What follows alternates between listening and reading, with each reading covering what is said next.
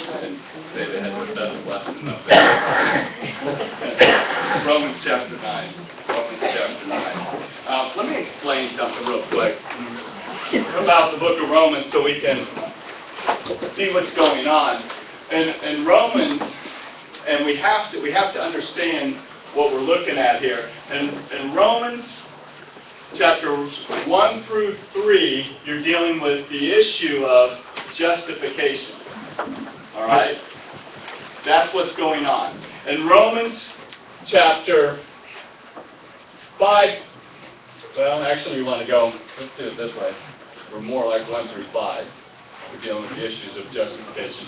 In Romans chapter 6 through 8, we're dealing with the issues of sanctification. All right? Vacation. That's what's going on. So in Romans 1 through 5, the issues of justification, saved by grace through faith. Romans 6 through 8, we're dead to the sin, we're dead to law, we're alive unto God, the issues of our sanctification. In Romans chapter 12 through 16, it's our practical walk. You'll hear me use the term, you may hear me use the term, our sonship walk, but it's our practical walk. It's taking the doctrine of what you've learned in Romans 1 through 8 and putting it into your practical life. And that's really the essence of what we're doing.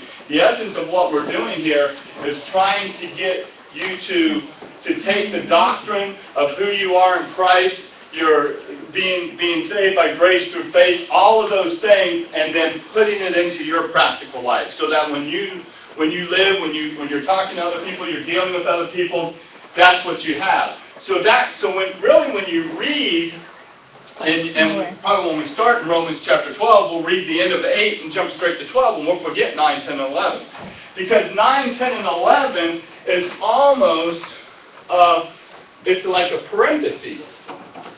And so in Romans 9 through 11, what's going on is we will use the term it's dispensational, because he's explaining what has happened to the nation of Israel. What is going on with Israel? And when you look and you read Romans 1 through 8, and then you read 12 through 16, it's kind of like, why is 9, 10, and 11 even in this book? It just totally doesn't make a whole lot of sense that it's there. They're very difficult chapters. Okay? That's what I want you to understand. 9, 10, and 11. Let me explain something to you. Not that it's not fun. I mean, to me, I enjoy going through some of the stuff and trying to explain how that verses that people try to prove one thing really aren't saying that at all in the context. But when it comes to what it is to know that you're dead to sin, and what it is to know you're dead to the law, and understanding what it is to be alive unto God, and all the things that are in Romans chapter, especially 3 and 4 and 5, that's exciting stuff, especially when you get to Romans chapter 12 and the whole idea of being sanctified and being set apart and walking that way and not being conformed to this world, but being transformed by the renewing of your mind. Again, exciting things. Then you get to 9, 10, and 11, and I will tell you right now, there's a lot of things that are just hard to be understood, as Peter said to those that were reading things from Paul. And hard to be understood. And we'll go through some other passages here when we get to chapter 10, and some other passages when we get to chapter 11, that you may just go, I don't agree with you. And you know what? That's okay. That's all right. Don't agree with me. I mean, it won't be the first time, and it won't be the last time. But it's those kind of things. These are difficult. These are kind of difficult chapters to go through. But what Paul has done is he says, let me explain to you Romans. If you read Matthew, Mark, Luke, John, and then you read the book of Acts, and then you go right into Romans, it's kind of like, what has happened? Because as you've read through the Scriptures, what you have seen is you've seen this. It's literally here. And even when you're reading through the book of Acts, you're expecting expecting something this ready to happen, and it's not. And then you get to Romans chapter 1, and Paul starts writing about justification and all these, and you're like, what is going on here? And so that's what the flow is kind of stopped, if you will, and there's a parenthesis, and there's a change, and God hasn't changed, but there's a change in how He's dealing with man. That's what's changed. A dispensation is an administration. That's a word that's used. People will talk about the dispensation of Roosevelt, or the dispensation. It's the administration that a president had. What they administered and dealt out. When you're sick, I think in the service, I wasn't in the service, I think they go to the dispensary to get some medication. You know why you go to a dispensary? Because they what? Dispense. They give out. So when you talk about a dispensation, it's what God is giving out. And isn't it nice to know that Paul starts every single book, grace and peace. I don't know how many of you may have come out of churches where after the guy was done preaching, you were almost looking over your shoulder going, well, I hope God didn't hear that message, because if he did, he's got a 2x4 getting ready to whack me on the back of my head. You know, because I know personally, I have been put in messages where I have just been beat up, if you will, because just, you know, if you're doing this, and this, then God's going to whack you. And I'm thinking,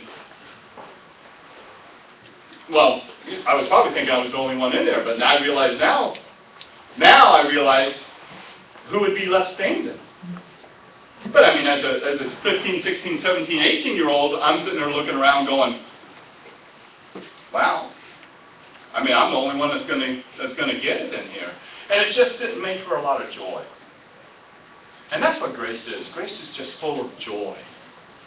And the grace life is the idea of having joy and having that be a place. That's why Paul says, not for that we have dominion over your faith, but are helpers of your joy. For that faith. Helpers of your joy.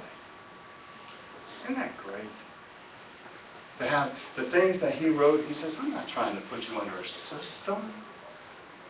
In Acts, we're going through this whole deal about well, you know, these guys, and they're going after Paul and this, that. And because Paul says you don't need to be under a system anymore. And you know, when you talk to friends today and you go, boy, we're totally forgiven and we don't have to do that. And when you can give whatever you purpose in your heart. There's not a percent. You know what people do? They get what? Mad. It's like and what it is they want to be put under the system. I was like, it's like being in jail and the guy opened up the door. I wasn't going to close the door. I'm like, I'm out of here, you know? I mean, I was that dog when the fence gate was open. I'm thinking, I don't want to be hooked back up to that, on that leash and hooked to a tree. Who wants to do that? I want to have the freedom. Not the freedom to go do whatever it is you want to do, but the freedom to live a life of joy. That's what he's doing.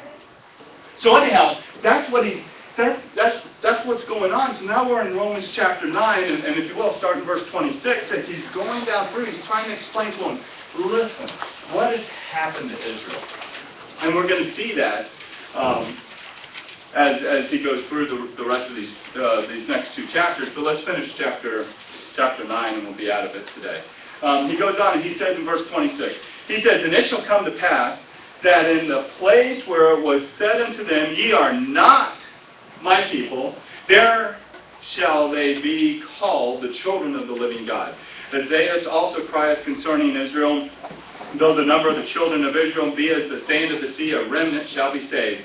For he will finish the work and cut it short in righteousness, because a short work will the Lord make upon the earth. And as Isaiah said before, except the Lord of Sabaoth had left us a seed. He had been